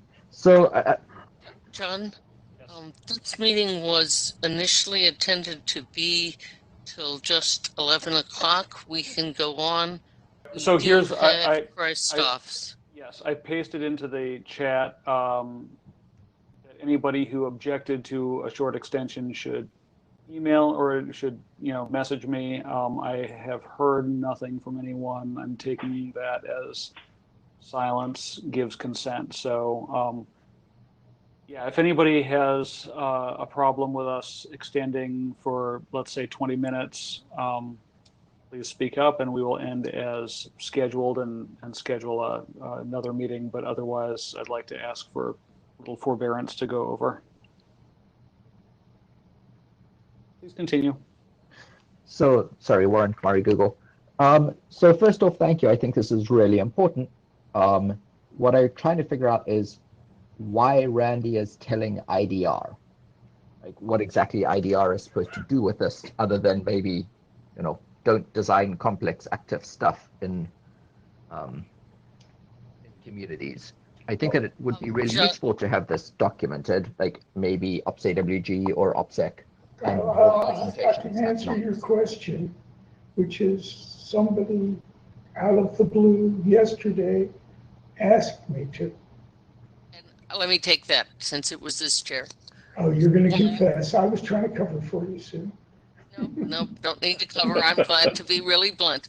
Warren, we're getting proposals. If we've got a proposal in front of the working group for structuring communities and going forward, we need to again hear pros and cons. This is a pros and cons discussion about a proposal coming in. We'll continue, you know, it's like wise design. Let's hear the things that could be good, which Jakob has given us, and actually, which Jacob has given us. I gave the wrong pronunciation. And Randy is giving us some challenges. Rudiger's getting the challenge. The purpose was to have the very discussion we're having now as an informed community. Did I answer the reason why it's an IDR? Yeah, I wasn't objecting. I was just trying to figure out what the next step is so that this makes some progress and moves along. This was not like, oh my God, stop wasting our time. It was a, yay, let's move this forward. So apologies if that came up wrong. I just think we have proposals that need to be considered with a tax in mind. I was very unsuccessful in the well-known community for remote triggered black holes in communicating that this had an attack vector and a serious problem.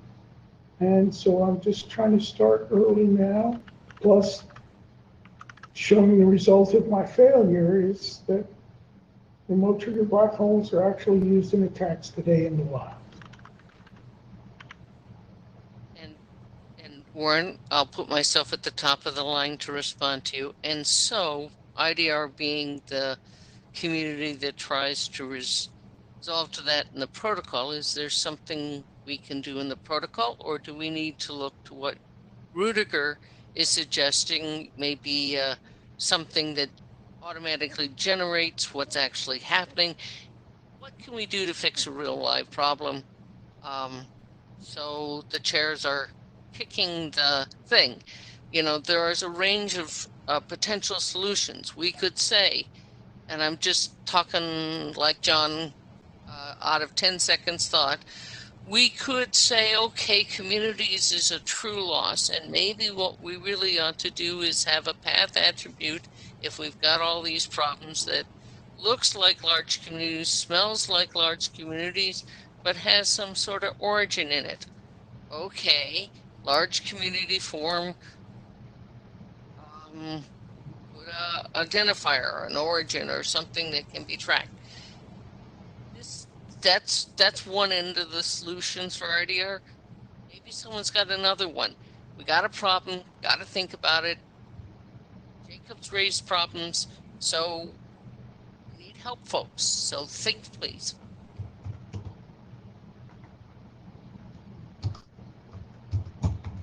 Okay, and on that very fine soapbox, I'm going to suggest we end this conversation so we can get on to the last one.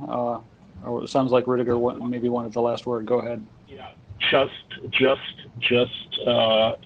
looking at it, I was hearing Randy asking for cryptographically armed attributes. Kind of for getting really reliable data, that is obviously something that has to be considered, but we know it takes decades to actually define and deploy if the deployment doesn't fail in the end. Looking into stuff that actually goes into that kind of direction probably is something we actually should be doing. On the other hand, doing things that have a chance for being deployed on a much shorter timeline probably goes into completely different topics like documentation and what kind of filter specifications can be used. And I think we need to do actually both.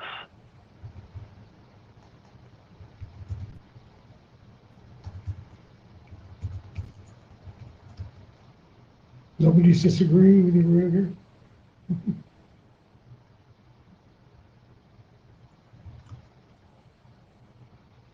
On that fine soapbox, then I think we will end this talk. Thank you very much. That was obviously super useful.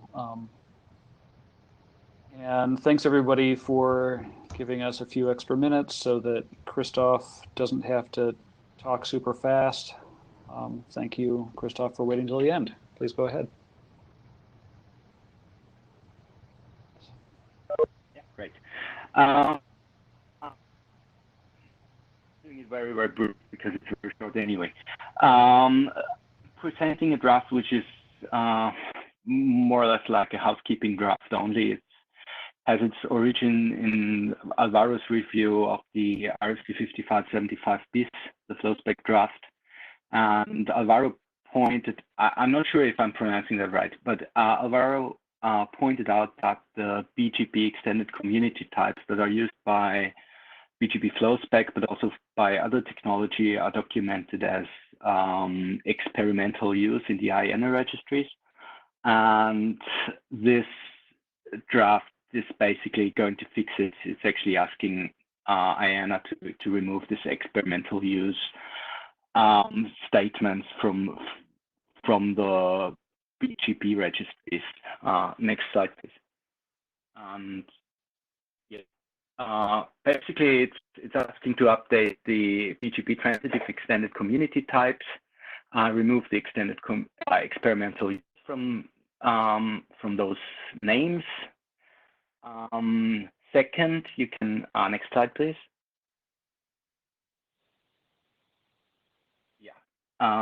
Second, it's renaming those 3 registries by removing experimental use from the titles.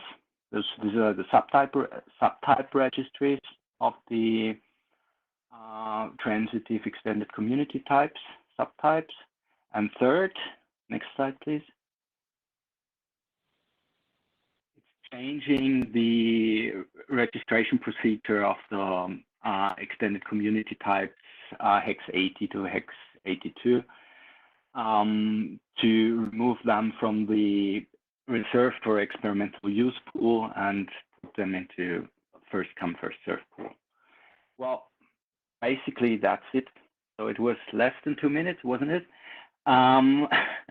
This is my draft. Read it. It's just 5 pages. It's a little bit boring, and I request working group adoption. So, folks, this is thank you, Christoph. This is a cleanup draft. I sort of, Alvaro's work pointed us in this way. You will see adoption starting as soon as I get an IPR call done. Any questions on it? Concerns? Well, John, then we'll hand it back to you. Great. Well, I think all I have to do is say thanks, everybody. And thanks for hanging in here. Thanks for the useful conversation. And I really hope to see action on the list on some of these things that were so actively discussed in the meeting.